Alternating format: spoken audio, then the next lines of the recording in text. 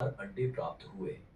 यह देखकर विनता ने भी वरदान मांगा कि भले ही उसके पुत्र कम हो, लेकिन वे कद्रु के पुत्रों से अधिक शक्तिशाली हों।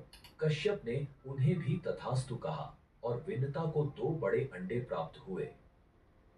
समय बीतने के साथ कद्रु के 1000 अंडे फूट गए और उनमें से सांप उत्पन्न हुए, जिन्हें सर्पों की मां माना गया।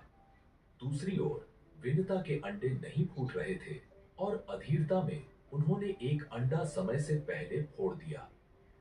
उसमें से एक अधूरा प्राणी निकला, जिसका शरीर कमर तक ही विकसित था।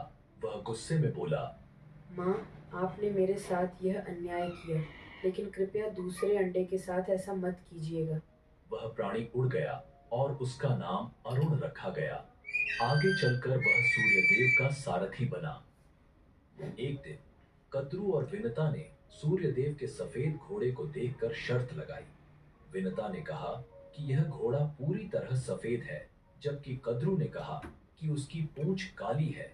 यह शर्त प्रतिष्ठा पर आ गई और तय हुआ कि जो भी हार जाएगा उसे दासी बनना पड़ेगा।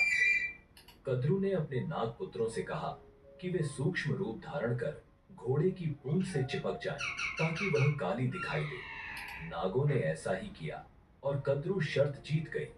विनता को हार मानकर दासी बनना पड़ा। कुछ समय बाद विनता के दूसरे अंडे से एक शक्तिशाली प्राणी निकला, जिसका चेहरा गरुड़ पक्षी जैसा था और शरीर मनुष्य जैसा। उसका नाम गरुड़ रखा गया।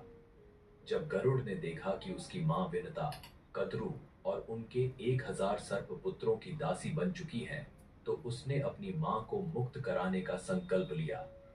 गरुड़ ने सर्पों से विनता को मुक्त करने का उपाय पूछा। सर्पों ने कहा, अगर तुम वैकुंठ से अमृत कलश लाकर हमें दे दो, तो हम तुम्हारी मां को मुक्त कर देंगे। गरुड़ ने यह शर्त मान ली। वैकुंठ धाम पहुंचकर गरुड़ ने अमृत कलश प्राप्त किया। देवताओं ने उन्हें रोकने की कोशिश की, लेकिन